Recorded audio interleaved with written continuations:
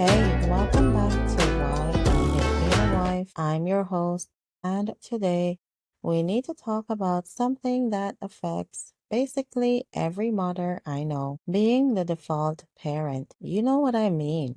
You're the one who knows everything, manages everything, is responsible for everything kid related, even when you have a partner. But here's the thing, my husband is a dad. I'm the parent. He's the optional one.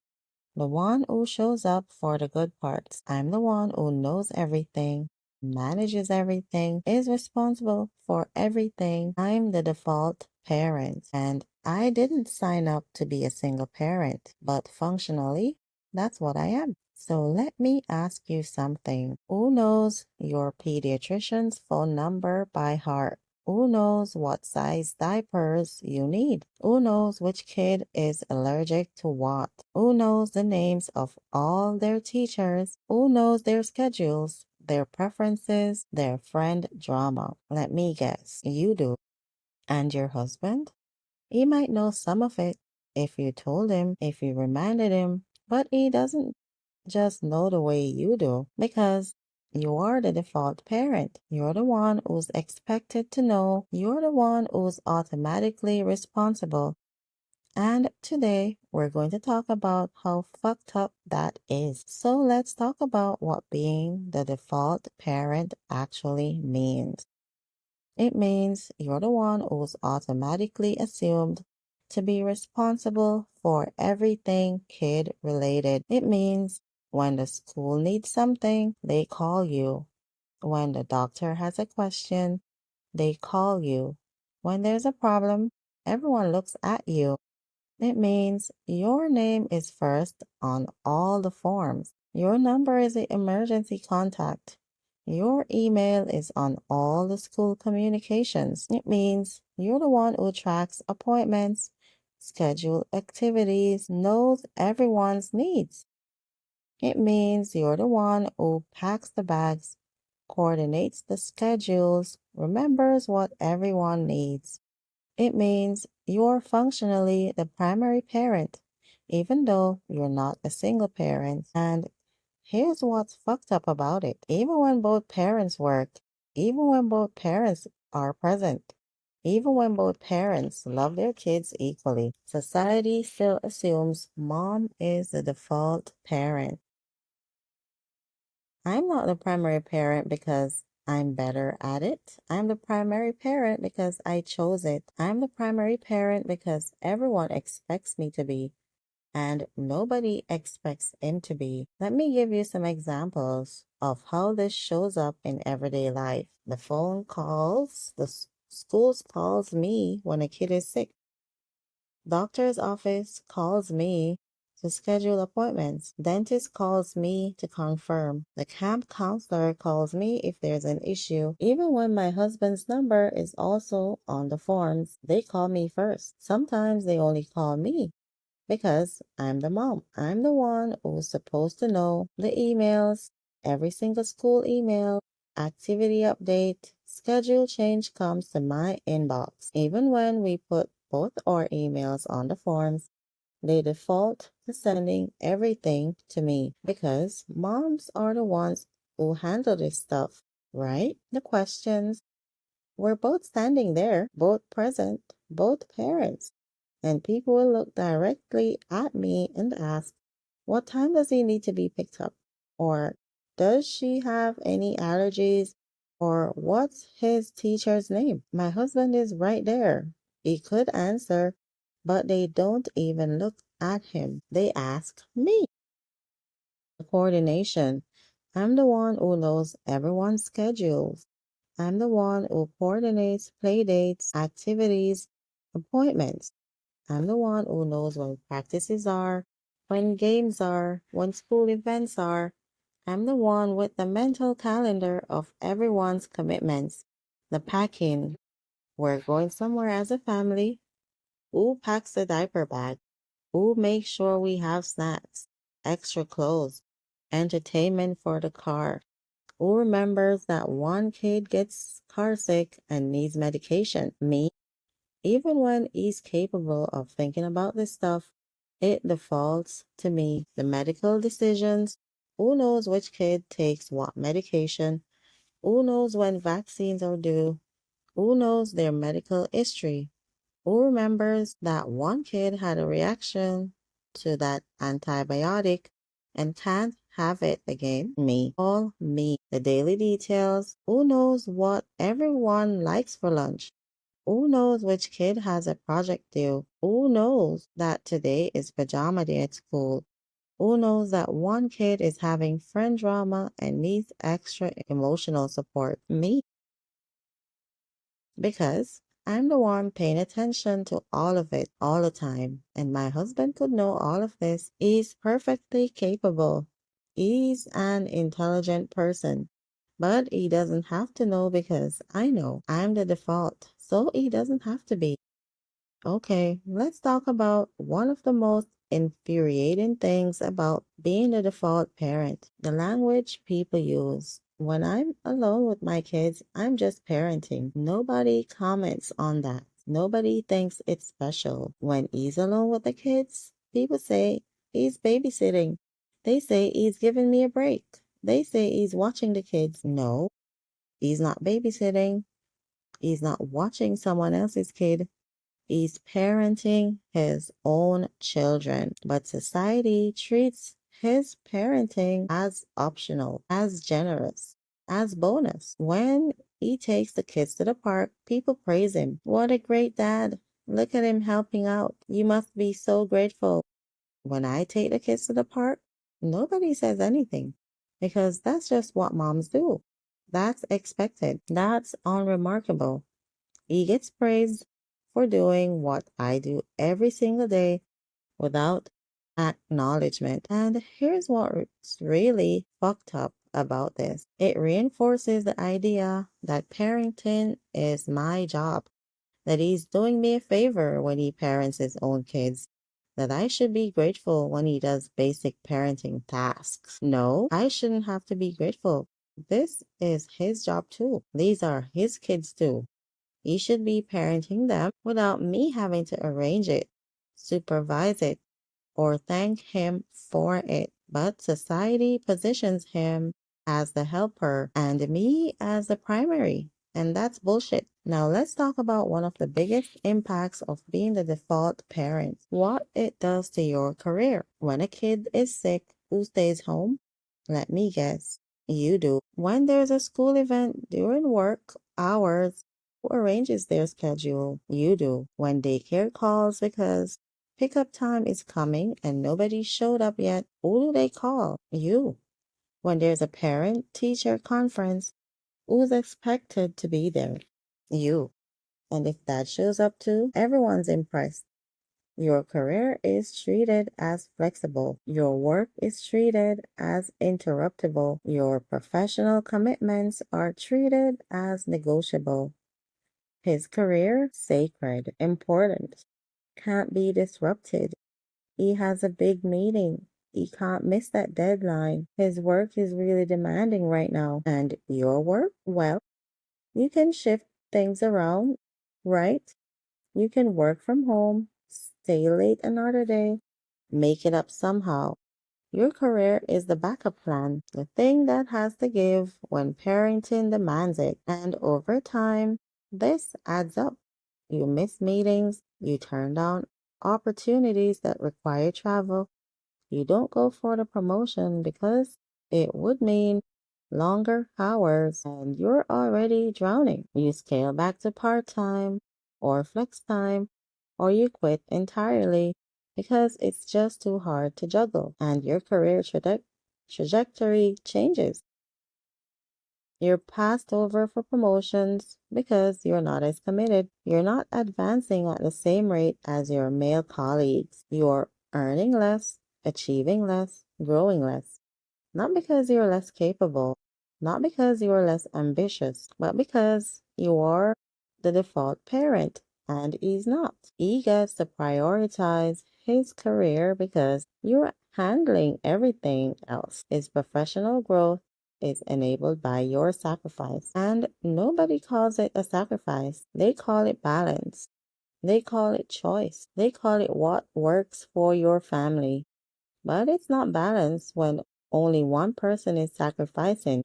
It's not choice when societal pressure and financial realities push you in one direction. It's not what works when one person's career flourishes and the other person stalls. Being the default parent means you carry an enormous amount of invisible knowledge, information that nobody else has because nobody else is tracking it. You know everyone's schedules without checking a calendar. You just know that Tuesday is soccer practice, and Thursday is Girl Scout, and Friday is early dismissal. You know everyone's sizes. You know who's outgrown their shoes, who needs new pants, who's running low on underwear. You know everyone's preferences. Who likes crust cut off, who only eats specific brands, who has texture issues with certain foods. You know the social dynamics. Who's friends with who this week? Who's having drama with who needs support with what? You know the teachers' names. You know what subjects each kid struggles with. You know what homework is due when. You know the medical history. You know who's had what vaccines, who's allergic to what medications, who has what coming up, what upcoming appointments. You know upcoming events. You know when picture day is, when the field trip permission slip is due, when the book fair is, when parent teacher conferences are. You know all of this because you have to. Because nobody else is tracking it. Because you're the default parent. And when someone asks, when is that thing? Or does she like that? Or what size is he? They ask you because you're the information hub, you're the family database. And your husband, he might know some of this, the high level stuff, the obvious stuff, but the details, the nuances, the comprehensive knowledge of everything kid related, that's all you. And you know how you got all this information? By paying attention constantly, all the time, because you're the one responsible. Being the default parent isn't just about logistics and schedules. It's about mental and emotional labor too. You're not just managing appointments, you're managing emotions. You're the one who comforts when someone's upset. You're the one who soothes, spares, validates feelings, helps them process. You're the one who notices when something's off, when someone's quieter than usual, when someone seems stressed, when someone needs extra support. You're the one who's thinking about their emotional development, their social skills, their confidence, their mental health. You're the one who's worrying about whether they're okay, whether they're happy, whether they're struggling with something they haven't told you about. You're not just keeping them alive.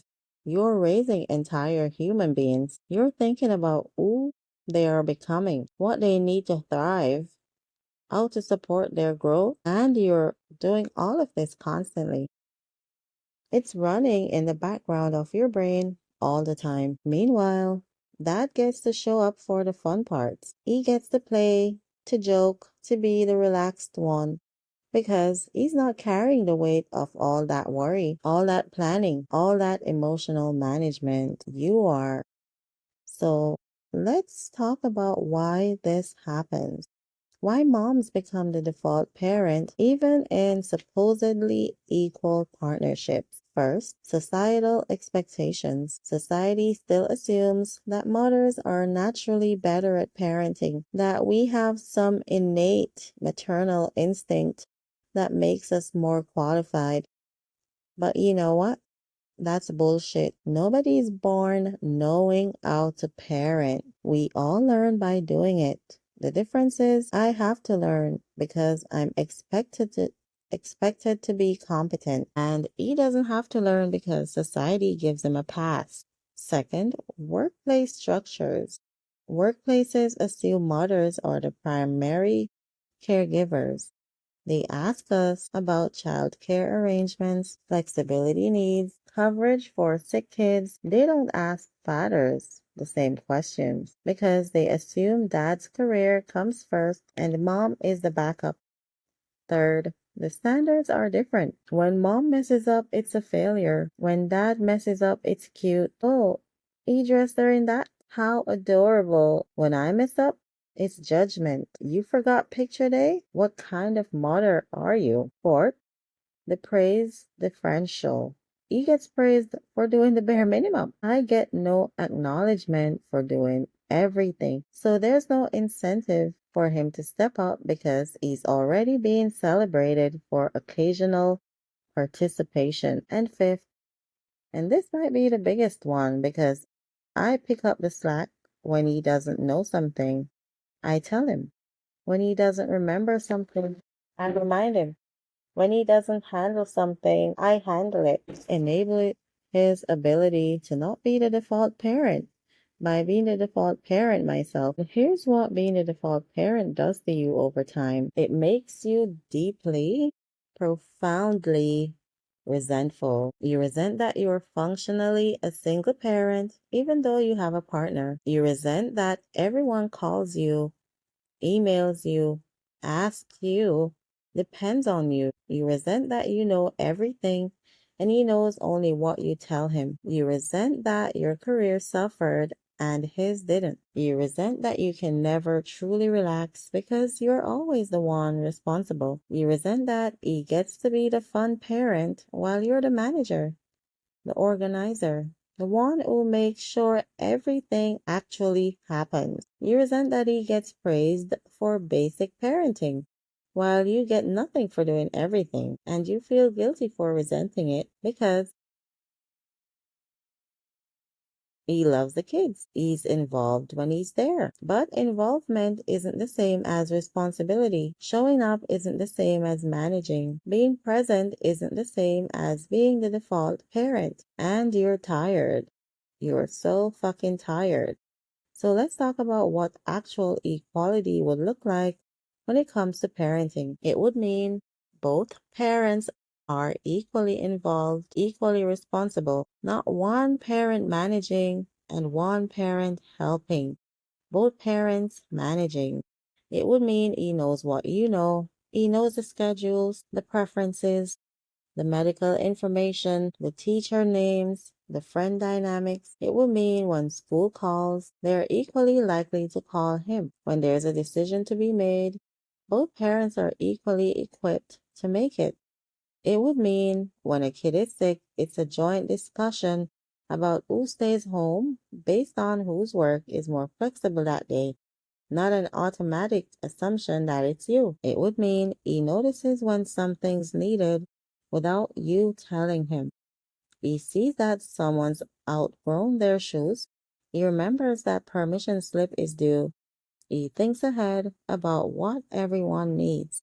It would mean both parents are tracking, both parents are planning. Both parents are carrying the mental load of parenting. It would mean you're not the information hub. You're not the only one who knows. You're not the default. It would mean you're truly co-parenting equally, sharing not just the task, but the responsibility. And it would mean you can actually relax sometimes because you're not the only one holding everything together because you can trust that he's got it because you're not a single parent anymore. That's what equality looks like. And that's not what most of us have. I didn't sign up to be a single parent in a partnership, but that's what being the default parent is. Functionally single. I'm making all the decisions. I'm carrying all the knowledge. I'm managing all the logistics. I'm responsible for everything. And he is barely helping out. When I ask, when I delegate, when I manage him, that's not partnership. That's me being a single parent who happens to have a man living in the house, and I'm tired of it. I don't want help. I don't want an assistant. I don't want someone who babysits his own kids. I want a co-parent. I want someone who knows what I know, does what I do, cares the way I care. I want someone who's equally responsible, equally informed, equally involved. I want him to be the default parent too, not just me, because until that happens, I'm carrying this alone. And that's exhausting and it's not fair and I hate it. So if you're the default parent and you're exhausted, you're not alone. If you're functionally single, even though you're partnered, you're not alone. If you're carrying all of this by yourself, you're not alone. And you're not wrong for wanting more. You're not wrong for wanting actual partnership. You're not wrong for being angry that this is all on you. You deserve a co-parent, not a helper. A co-parent. All right. That's it for today. Next time, we're talking about chore play, the insulting idea that men doing housework deserve sexual rewards, like I'm a vending machine and dishes are quarters. Until then, remember, you didn't sign up to be a single parent, you signed up for partnership, and you deserve it. This is why I hate being a wife. I'm your host.